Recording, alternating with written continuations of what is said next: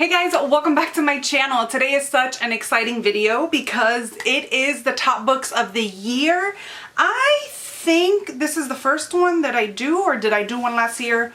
I don't remember, but I'm super excited for this. These are my top 19 for 2019. And I had so much fun picking these, even though I honestly didn't have to pick them. I just went through my Goodreads read area for the year, and I was just like, this. They were so easy to pick because these are just books that I have thought about constantly and consistently throughout the year.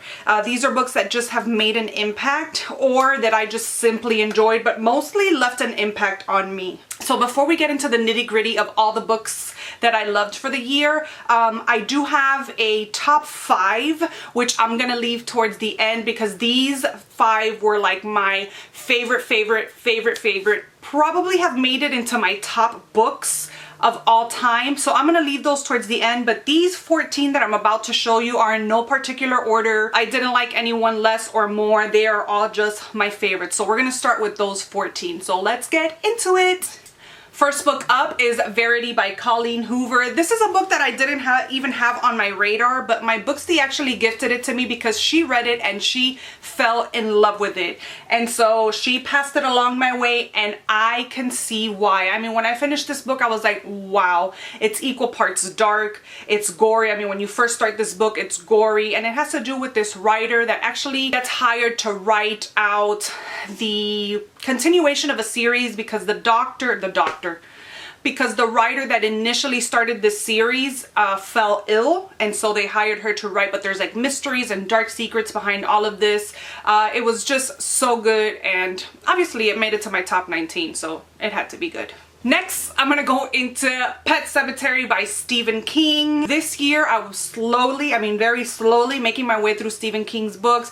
I think I must have read like a total of like, I don't even know how many read, but when I read this, oh my gosh, I loved it so much. I think this was either the second or third book of Stephen King that I read at the time, and just his art of storytelling, I could really see it in this book, why everybody loves him and why he is so great at what he does. This is just the best storytelling ever. I think you all know what this is about, so I'm not going to go into the details. And even the movie, there's a movie that came out, a new movie, and I did go to see that one as well after I read this, and I just fell in love. Beyond a Darkened Shore. This is a YA fantasy that I actually saw Chelsea Palmer talk about. She fell in love with this book, and it just so happened that I had actually bought it off of my friend. She was selling her books over on Instagram, and the cover just looked cool, and then Chelsea Palmer ended up talking about it after I had bought it off of my friend, and I honestly forgot that this was the book that I bought. So when Chelsea was talking about it, I'm like, oh my gosh, I need to get it because this is a Viking inspired YA fantasy, and I was just in the mood for a Viking inspired story.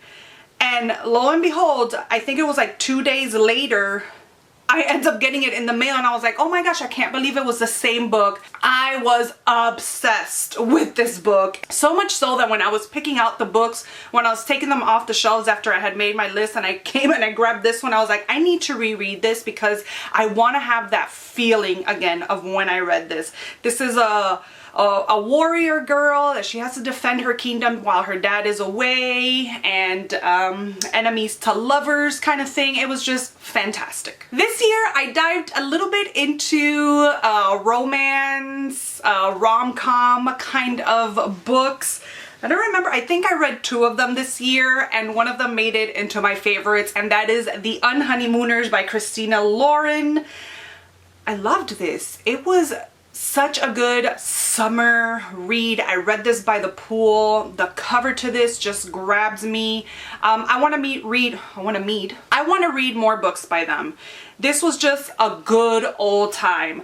This is about 2 people that really hate each other. It is the best man and the bride's sister, the bridesmaid. They hate each other, but circumstances happen that everybody that was in the wedding, I'm drawing a blank. The wedding reception afterwards, everybody got sick and they were the only ones that didn't eat from the buffet style wedding dinner reception thing. Gosh, I'm not making any sense.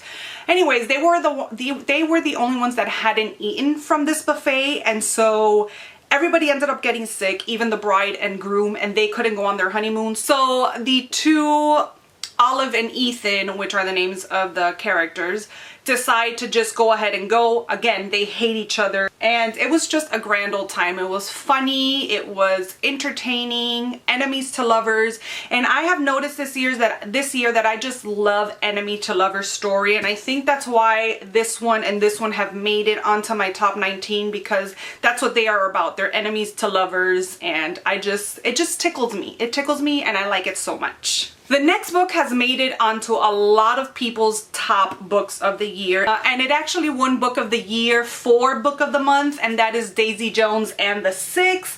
I loved this. This is an interview style book where the members of Daisy Jones and the Six are being interviewed, and just the life of the band in itself, or the group, and secrets and backstabbings and just the life of rock and roll. It was so interesting. Taylor Jenkins Reid.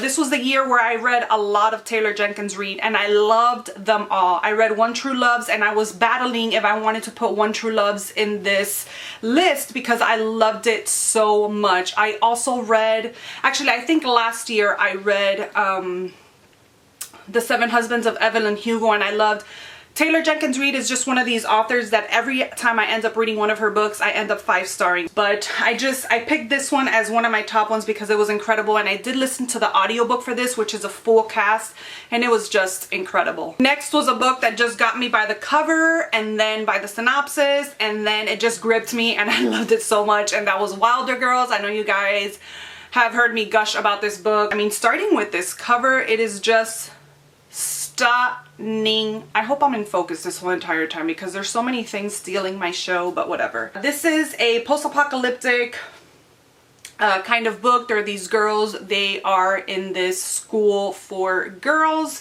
and a disease breaks out and they're quarantined in there. And it's just that story of, it's gory in the sense of it's very descriptive. When the disease hits, it transforms their body and they start growing or scales or just things that aren't supposed to be on their body. And it's very painful when these girls start transforming into these I don't know what it is, things. So yeah, I mean, I can't get over this cover. I just want to keep looking at it. It's just so beautiful. This is just one of the books that is not the perfect book, but you end up loving it anyways, and I ended up giving it 5 stars, even though one of my complaints about this book was that I just wanted more, which could be a bad and a good thing, because it's a bad thing because you just want more, and then it's a good thing because the book was just so good that you wanted more. You know, I don't know if that makes sense, but I really loved this one. Next is a little novella, Stirring the Sheets by Chad Lutzke. This was my first dive into Chad Lutzke, and I had promised myself that I was going to read much more of his books because I just loved the writing style. Chad Lutzke tends to write horror, but like a very gut-wrenching horror, the kind of horror that just makes you feel, and that's just one of my favorite kinds of horror, is the one where I end up crying, where I end up feeling all these emotions. And this little book does exactly that. It's a story about a man that just, an older man that has lost his wife, and it's just him trucking along through life without the love of his life, and everything that he goes through. But it's so gut-wrenching, and I highly recommend this little gem right here. This next one is actually 2 books, but what I did was there are actually 2 series on my top 19 that I have actually chosen 2 books for. I'm counting them as one because it's part of a series, it's part of a continuing story, but I cheated and I chose 2, but this is actually one. So the first one is actually The Raven Boys, which is part of the Raven Cycle series. I love this book so much. I enjoyed these characters so much. This group of friends are just everything. The way that you feel Blue's emotions and her thoughts towards these boys, and then them just coming together as friends and this connection that between her and Gansey. And I actually 5-starred and loved and was obsessed with the first 3 books. But I also wanted to mention Blue Lily Lily Blue, because this book, from all the series, from the first 3 books that I loved, because I didn't like the 4th book, I said series and Siri turned on, was the one that made me feel the most emotions, because so much happens in this book that just breaks your heart, and I had to add it. But I don't know if I can pick one book out of these 2 that was my favorite. I had to include both of them. That's just the way it is. I hope you forgive me. But yeah, I know that I had said this already and this is my most favorite, but I was so disappointed in book 4 because this whole series is just so great that I feel like book 4 dropped the ball. If not, the whole entire series would have been in this video. I had to add one of the Dark Tower series books in here because I feel like this whole entire year has been me trying to read this series. I started off, I believe was January or February, with The Gunslinger, and I disliked that book so much that it took me months and months and months to actually pick up book 2.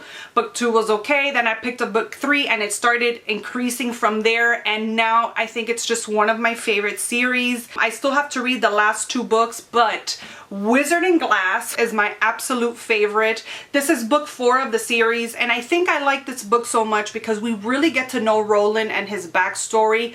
Again, we're still going through the path to the Dark Tower. So this whole entire series is him trying to get to the Dark Tower. But here we get so much more in depth of his past, of his youth, and his story is just so incredible that I just fell in love with him. And obviously we get more of the other gunslingers, and them hearing his story is just such a fun time. So I had to include this one in my top 19.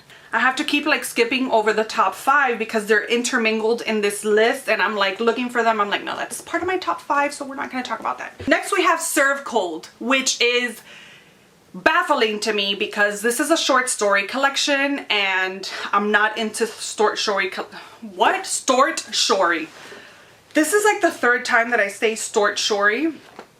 The first time I was talking to my husband and I'm like, oh, because this Stort Shory collection, and he's like, what? And I'm like, short story. Let's just forget that I said that because my tongue wants to talk nonsense and my mind is going 100 miles an hour, so whatever. Short stories are just not my thing. But I wanted to give a short story collection another try, and I just happened to come along this opportunity where the Nightworms were asked if we wanted to read this and review it for the blog. And I am so glad that I jumped on it because obviously it's made it to my top 19 and it hooked me. Is every story perfect in here? Definitely not. That's my issue with short stories, is that more often than not, the majority of the stories just don't do it for me, and maybe like 2 or 3 do, and it just doesn't make it worth it for me. But in this one it was quite the opposite. I feel like the majority of the stories worked for me and very few didn't, which is why I put it in my top 19 because I was so surprised. This is actually a book that you will see in my December wrap-up because I just finished reading it like a few days ago. But if you have problems with short story collections but you want to give one a try, I would highly recommend this one. They're creepy stories. They are they're just amazing. Then we have The Winter People by Jennifer McMahon. This is another one that you guys are going to see in my December wrap-up because I just actually finished this one a week ago. Jennifer McMahon is just an author that knows how to write atmospheric stories. She wrote The Uninvited or The Invited. I think it's The Invited that I read earlier on this year. I was lucky enough to get an e-arc off of NetGalley, and I really did enjoy that story.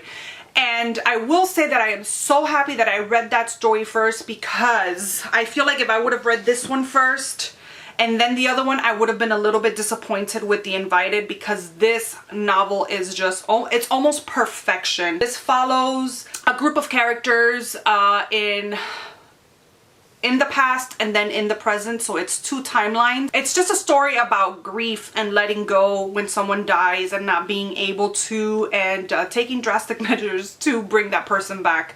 It's such a good story. It's the perfect story to read during the winter time because it's just, there's snow everywhere. I mean, it's called The Winter People, and it's just, there's a blizzard, and it's just amazing, and I highly recommend it. Obviously, if it's in my top 19, I recommend all these books actually, so I'm gonna stop saying that. Next one is another one that's a series, and I just included both books because I just loved both of them. But I'm gonna start with the Wicked King because this is my favorite out of both of them. I am so surprised that so many people don't like this book. A lot of people say that it has middle book syndrome. It is a middle book, but I think that this is my favorite book out of all the 3. Because I feel like so much happens here, and that ending is just like, what? The ending alone just made me love the book. Interaction between Jude and Cardan, I just love it so much that I wanted more. I wanted more of Cardan because I feel we get like very little bits of him. And just the politics behind it, and just the story of the Fays, and being in the Fey land, and being a human girl in Fey land, and trying to survive and make it in a world or in a place where you just don't belong because you are different from everyone else. I just really enjoyed it, but I also have to include The Queen of Nothing because, again, a lot of people didn't like this one because they felt like it was rushed or it didn't have enough of the story. I absolutely adored it. Everybody says that the ending felt rushed. I liked it. There are people that say that it was just a convenient kind of ending. It's fiction. Every book has a convenient ending, you know. It's almost like a fairy tale, the way that a fairy tale ends. I just absolutely love these 2 books. I love the whole trilogy, but I think book 1 is my least favorite out of all of them. But The Wicked King, boy, did I love me The Wicked King. It was just so good. I had to include a Leigh Bardugo book because I love Leigh Bardugo so much, and this was the year that I finally read The Six of Crows. I actually read the duology. I think is it The Six of Crows duology? I don't know if that's the name of the duology. I loved both of them, but I didn't want to cheat again, so just consider Six of Crows and Crooked Kingdom both included in here. But I feel like book 1 just took my heart. I love these characters. Kaz and Nej are just my favorites, and this is just about them all going on a heist. And yeah, I know that everybody knows what this book is about. It's been around for a while, but I just got to read it this year. And this cover, it's so beautiful when you got to do the thumbnail in the middle of everything. Okay, and then the last one from my top 14 is The Line Between by Tosca Lee. This is a book, again, that I was blessed enough to read an arc of. This is an apocalyptic thriller. It's so good. It's about this girl, Winter, and she basically is raised in this cult kind of place, and for said circumstances she is kicked out. But everything that she's heard about in the real world is that that it's just corrupted, and then the world's about to end, and the only way to survive is to be in here with this cult. The cult is called New Earth. She gets kicked out, and while she's being kicked out, there is this disease that is spread on the human race, and so she's like, oh my gosh, what they were saying in this cult is true, when in reality it wasn't. And it's just her trying to survive the outside world and becoming acclimated to the outside world and away from her sister and her niece, which she loves so much because they are also in New Earth. It was action-packed. I love Winter as a character. She was just so badass. And just the whole storyline. Tosca Lee can certainly write a novel, and I've been meaning to check out more of her work. She has a few other books out. I actually read, this is a, I don't know if it's gonna be a duology, if it's a duology or if it's gonna be a trilogy. I'm not sure yet. I haven't checked up on it, but I have read books 1 and 2 and I love them both equally. But action-packed apocalyptic thriller is just perfection. All right, y'all. Top 5, here we go. These are in no particular order because there is just no way that I can put least to favorite in this top 5. I loved these all the same. They're all so different. The only thing that all of these have in common is that they're horror. I mean, did you think that my top 5 was going to be anything other than horror? No, these are all horror. These are all books that gave me all kinds of feels and emotions and just got in me and really, really, I don't know which one to start with because I just want to talk about all of them at the same time. But I'm going to start with Brother by Anya Alborn. Oh my gosh, this book was so good. Me and my bookstie, Eleni, we did this thing where she read my favorite book and I read her favorite book. I wouldn't say even favorite. It was just a book that I wanted her to read, and it was book 1 of the Grisha trilogy, Shadow and Bone, which people are probably like, why would you have her read that? I love Leigh Bardugo and I love the Grisha trilogy and I love all of them. But I wanted her to start with Leigh's first book. And she had me read Brother because I had read, oh, what's the name of that book? The Bird Eater by Anya Alborn, and I had heard so many amazing things about her. And The Bird Eater, I think, disappointed me a little bit because I had such high expectations from this author that I sort of was hesitating to read this one. Don't get me wrong, I liked The Bird Eater. It has all kinds of creepy scenes, but it wasn't all that. But then I read this one and I'm like, okay, I could see where the hype is coming from, because this book is just incredible. The ending left me sobbing and left me feeling everything. This is just about a family, an effed up family in the Appalachia, in the heart of the Appalachia, I don't know how to say that, but you know what I mean. And these, it's a story about Michael and his family and how effed up they are. It's just so good. If you have not read this, I highly recommend all of these books, but I know that you probably have read the next one that I'm going to talk about, and that is It by Stephen King. This book has intimidated me for so many years. The author itself intimidated me for so many years, and this one book intimidated me for so very long, and I don't know why, because it is so incredible. I must have cried for 2 weeks straight with this book. If I think about the plot for too long and I think about the story for too long, I get teary-eyed. So I'm gonna try to go through this quick. Am I in focus? I think so.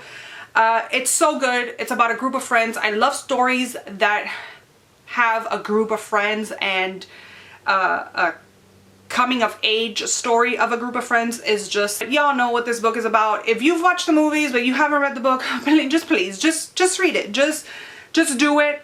I think that I listened to this on audio and I think it helps because it makes it go a little bit quicker, and it's just the scenes are better with the audiobook, and I just love this. I actually read it on the audiobook, but I do follow along with it. Like if I hear something that I like in the audiobook, I'll stop and look for the page and tab it, but just so incredible. Just read it. I'm gonna stop talking about it, and just, if you haven't, just read it. Okay? Thank you. Okay, we're in the top 3. I don't know, top 5. This is in no particular order, but I don't know which one to pick to talk about next. Okay, I'm just gonna go with a cosmology of monsters. Oh my gosh, I'm having such a hard time, you guys. This is so exciting. How dumb am I? You guys have heard me talk about this a million times. Again, I will link the blog post that me and my fellow Nightworm reviewer Callie did. We did a side-by-side of this book. We both loved it. I cried, I sobbed, I felt, I loved, I smiled. I just bonded with this book on so many levels. And it's just so amazing. It's about a family and their stories and their connection to monsters. And we follow Noah from when he was a baby, growing up, and his connection to monsters. It's just such an endearing story, but it is horror, but it is endearing. So if that can go hand in hand, that's this book. Okay, down to the last 2. I think some of y'all can know which one's gonna be like my favorite of the whole entire year, so I'm gonna leave that one for last because I've talked about this book so much. But next up is The Nightmare Room by Chris Sorensen. I can't believe I'm actually holding a physical copy.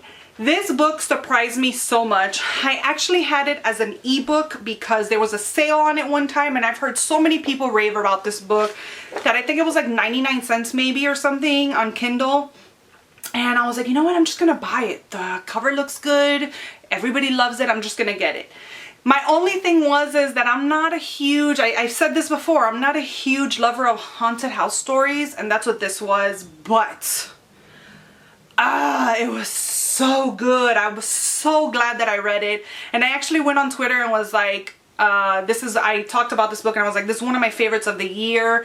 I'm hoping to add this to my collection in physical form, and the author reached out to me and it's in my hands and it's personalized and I am in love. And he actually sent me the second book, which I am starting today, and I'm closing the year out with the second book because I've heard just exactly the same, that it is as amazing as the first one. So this book was so good. If you haven't read it and if you don't like haunted houses story, I recommend this one because it is just good. It is creepy, it is evil, it's just so amazing. It goes by like this. I read this book in one sitting as an ebook. If I read a book in one sitting as an ebook, it has to be phenomenal because I don't like ebooks. It's hard for me to pick them up, and I don't like haunted house stories. So, hello. Had to be really good for me to read it in one sitting. Can I repeat myself anymore? Okay, you guys. My top book of the year, and I knew from the minute that I finished this book that it would be at my top of the year. I have been itching to show this book as my top book of the year. These are my top 5, but this is my top book of the year. It is what I opened 2019 with, which I have spent 360, I think 3 days if we're counting in reality, wanting to add this to my top, knowing that it was going to be my top. And I'm so glad that I opened the year with this, and that is The Rust Maidens by Gwendolyn Kist. I always want to say Kiste, but I think it's Kist. This was the first book that I read this year, and I have not been able to stop thinking about it. Every time that somebody asks me for my favorite book, I put this one. My first review for Nightworms on their blog was this one. I cried. I've read this book 2 times already this year. I read it in January 1st, and then I read it in July again. Because I knew I wanted to review it for Nightworms, and so I reread it again and really took down notes. I love the cover, I love the feel, I love the tone, I love the plot, I love the character. Phoebe was she was such a deep character, and just her life story and her recounting her life with her cousin, and then her cousin being one of the Rust Maidens, and how this affected her and how it affected a whole entire street and city. Here we have in the 1980s, it's in 2 timelines. So it's the 1980s and it's present time with Phoebe, and she's just recounting this story of these transformations of these girls that started out of nowhere. But in the midst of this, you have Cleveland, Ohio in the 80s with all the steel mill workers and the picketing and the union, and then abandoned factories after all of this devastation and all of this shortage of work with the steel mill workers. It was just so incredible. This is such a deep story, and I've been meaning to this whole entire year pick up more of her work because I feel like I'm gonna love each and every one of her books, which is kind of weird to say because how can you base all of an author's work by one book? I know that's crazy, but she has such a phenomenal way of writing that just makes you feel the story. So I just love this book so much. I want a poster of this cover in my book room, framed and signed by the artist and by Gwendolyn. Is that too much? Can we make this happen? Maybe? I don't know. No? Okay, that's fine. Favorite book of the year. So that's it, you guys. Those were my top 19 books of 2019. I can't believe a decade is about to close and we're gonna enter a new decade. I'm gonna be 39 years old in 2020. I'm almost 40. pounding on the eye cream and the face cream. But yeah, I hope that 2020 is full of great books like this. I'm ready to see what the new year brings, as we all are. But let me know down below, what were your top 5, 10, 15, 20 books of the year? Tell me all your favorite books of the year. Have you read any of these, and what have you thought if you have read them? I thank you so much for sticking with me this whole entire year, even though I haven't been consistent and there has been so many things happening this year. Moving to Georgia, losing work, having to move to Georgia. There's just been so much and I haven't been as consistent, but I'm hoping 2020 is a little different and I can be a little bit more consistent with my channel and a little bit more disciplined and less lazy. So be ready for a lot of content, hopefully, for 2020. But yeah, again, thank you so much for watching. I hope you guys enjoyed this video, and I will see you guys in my next one. Bye!